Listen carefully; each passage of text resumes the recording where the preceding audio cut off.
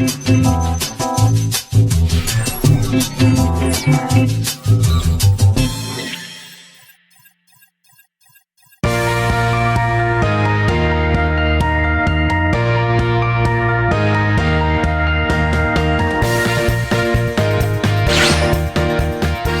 안녕하세요. 저는 한국경제신문 산업부에서 일하고 있는 황정수 기자라고 합니다. 주로 전자기업들, IT 기업들을 취재하고 기사를 쓰고 있습니다.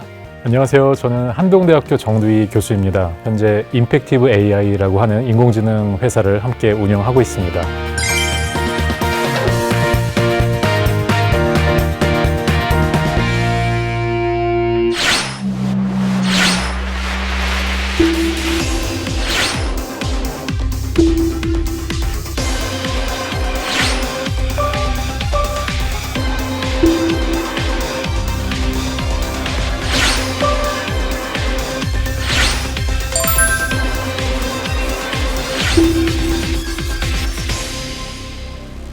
오늘의 리뷰할 주제는 기술 패권입니다. 기술과 이 패권, 이 두 단어는 뗄래야 뗄 수 없는 짝꿍처럼 자주 같이 보입니다. 여러 가지 4차 산업혁명의 기술 관련해서 세계가 패권 경쟁을 하고 있습니다. 그 중에서도 가장 치열한 경쟁을 벌이고 있는 분야를 하나만 꼽으면 어떤 게 될까요?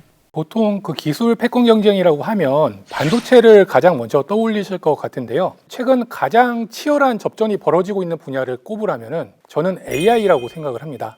그 챗 GPT의 등장 이후부터 지금까지 그 우리 일상과 비즈니스에서 가장 많이 거론되는 단어가 AI이지 않을까요?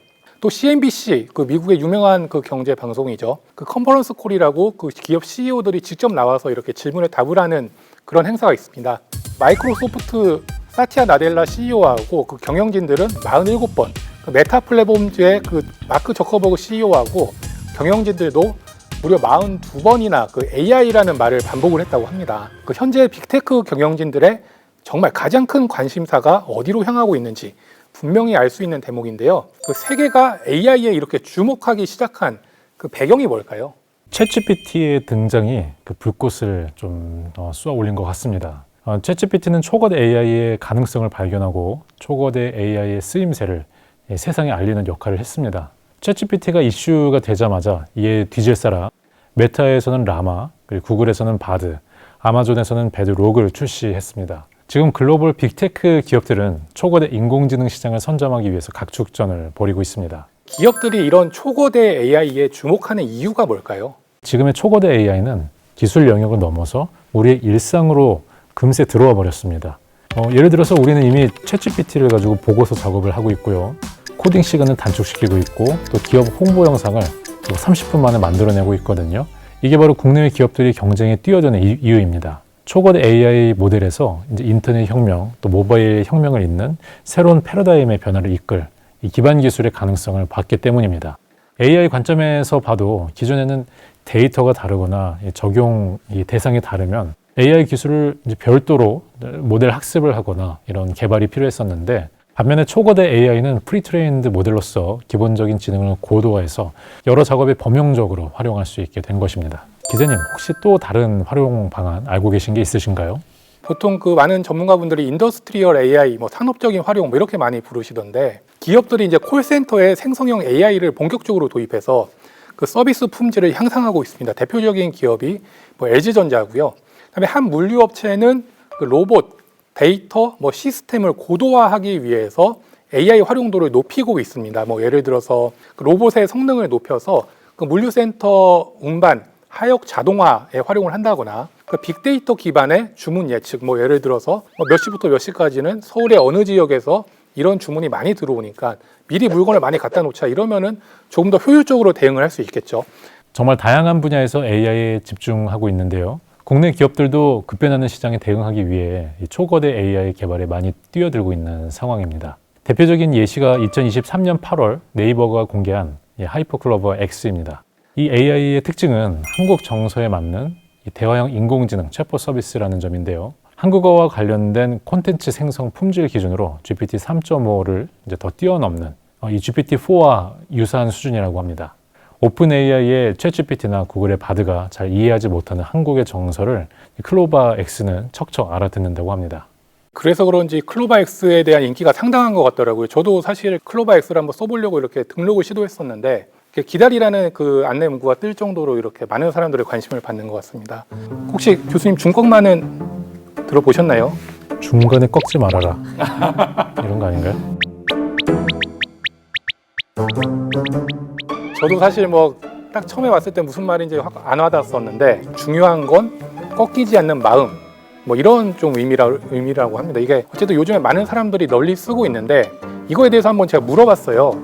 그 바드에다 한번 물어봤더니 중꺾마가 뭐냐 이렇게 물었더니 중간을 꺾은 마침표, 약간 황당한 그 답변이죠. 챗 GPT는 그나마 조금 나은데 한국에서 사용되는 속어 또는 표현 중에 하나다, 이렇게 약간 두루뭉술하게 설명을 했습니다. 제대로 답변을 해준 것은 역시 클로바X가 유일했습니다. 그런데 초거대 AI는 그 엄청난 구축 비용 때문에 대기업이 아니라면 도전하기가 쉽지 않은 영역으로 알려져 있는데요. AI 스타트업들이 살아남으려면 어떻게 해야 될까요? 초거대 AI 분야에서 스타트업이나 또 이제 중소기업이 참여할 수 있는 기회는 여러 방면으로 열려 있습니다. LLM 기반의 생성 AI 생태계를 좀 심플하게 보면요.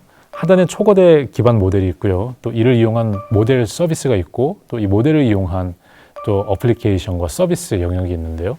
각 영역에 이제 참여 방법들이 있습니다. GPT나 아니면 스테이블 디퓨전과 같은 이제 잘 만들어져 있는 이 LLM 모델을 API 통해 가지고 와서 자기 회사의 이 생성 AI 서비스를 만들어 볼 수도 있고요. 구축 비용을 최소화하기 위해서 경량화 모델을 이용하거나 비용이 비교적 저렴한 튜닝 방법을 이용해서 내재화할 수도 있습니다.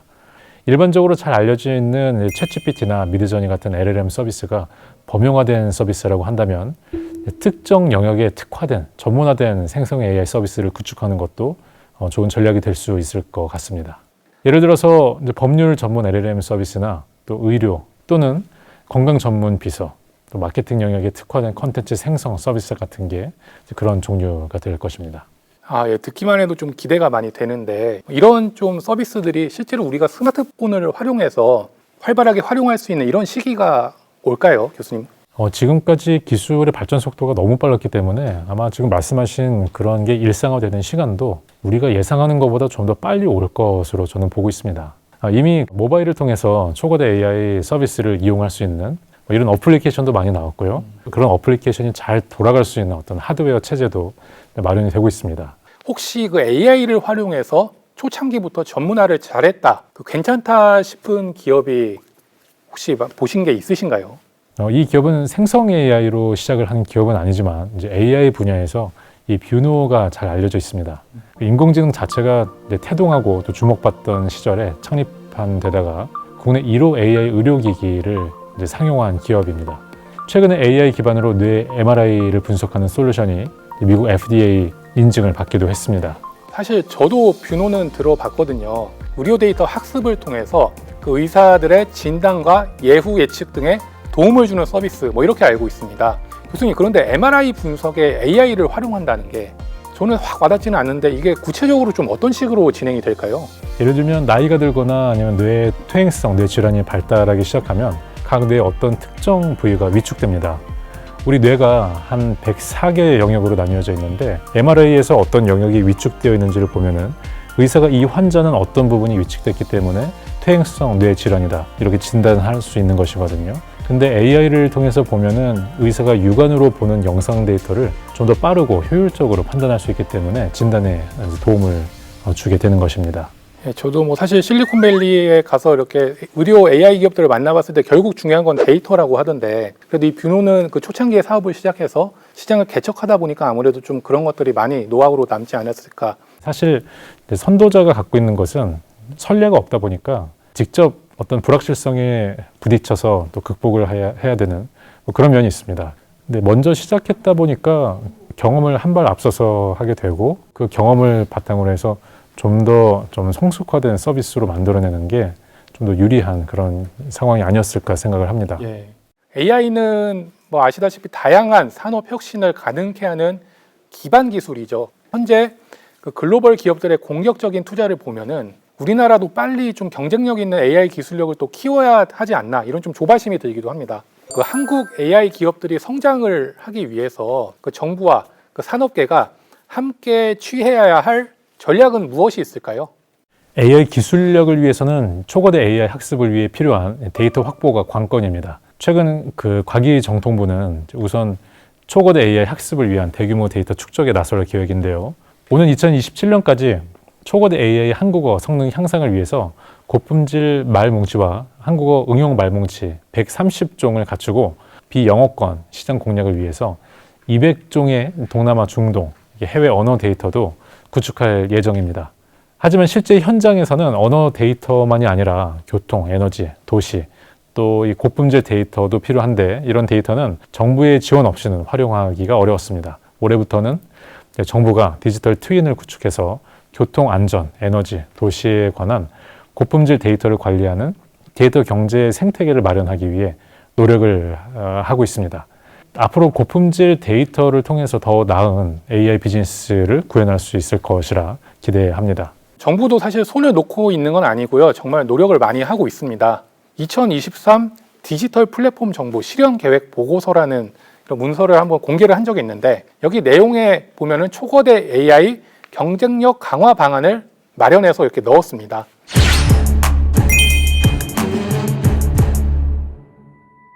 생성형 AI 산업 육성을 위해 데이터, 컴퓨팅 파워 등 인프라 확충, 민간 전문 영역의 생성형 AI를 접목하는 플래그십 프로젝트, 저전력, 고성능 국산 AI 반도체를 통해 데이터 센터를 고도화하는 K-클라우드 프로젝트를 추진할 계획입니다. 이와 함께 국민과 AI 혜택을 공유하고 대규모 수요를 창출하기 위해서 국민의 일상, 산업 현장, 공공행정에 AI를 확산하는 전국민 AI 일상화 실행 계획을 추진하고 있습니다. 저는 정부가 주도하는 게 아니라 정부가 지원하는 여기에 좀 중요한 포인트인 것 같은데요. 초거대 AI 협력 생태계를 구축해서 기업이 마음껏 뛰놀 수 있게 하겠다. 이런 의지를 또 밝히기도 했고요. 토터스에서 발표한 글로벌 국가별 AI 랭킹에 따르면은 한국은 올해 6위를 기록했고요. 2020년 8위, 2021년부터 2022년까지 7위에서 올해 6위까지 또 상승한 것입니다. 특히 그 AI 개발 부문에서는 미국과 중국에 이어서 3위를 기록할 정도로 대단한 성과를 냈습니다. 우리가 희망이 없는 게 아니다. 이렇게 좀 말씀을 드리고 싶습니다. 저는 앞으로도 이 AI 반도체 스타트업을 키우는 것이 한국 AI 반도체의 중요한 전략이 될 수 있다고 봅니다. AI 반도체는 자율주행, 스마트폰, 그리고 헬스케어나 금융, 클라우드 영역, 그 적용 분야가 굉장히 다양하기 때문에 몸집은 작지만 빠르게 움직일 수 있는 스타트업들은 각 세부 영역에 집중해서 제품을 개발하고 생산할 수 있는 강점이 있는 것입니다. 기술이 먼저이고 자본이 뒤따르는 이 AI 반도체 분야에서는 스타트업이 전문화된 기술을 무기로 해서 대기업과 협업을 통해 또 상생할 수 있는 이런 부분들이 확실히 존재한다고 봅니다. 네, 교수님 오늘의 그 한 줄 리뷰는 무엇일까요? 큰 고기가 작은 고기를 먹는 것이 아니라 빠른 고기가 느린 고기를 먹는다.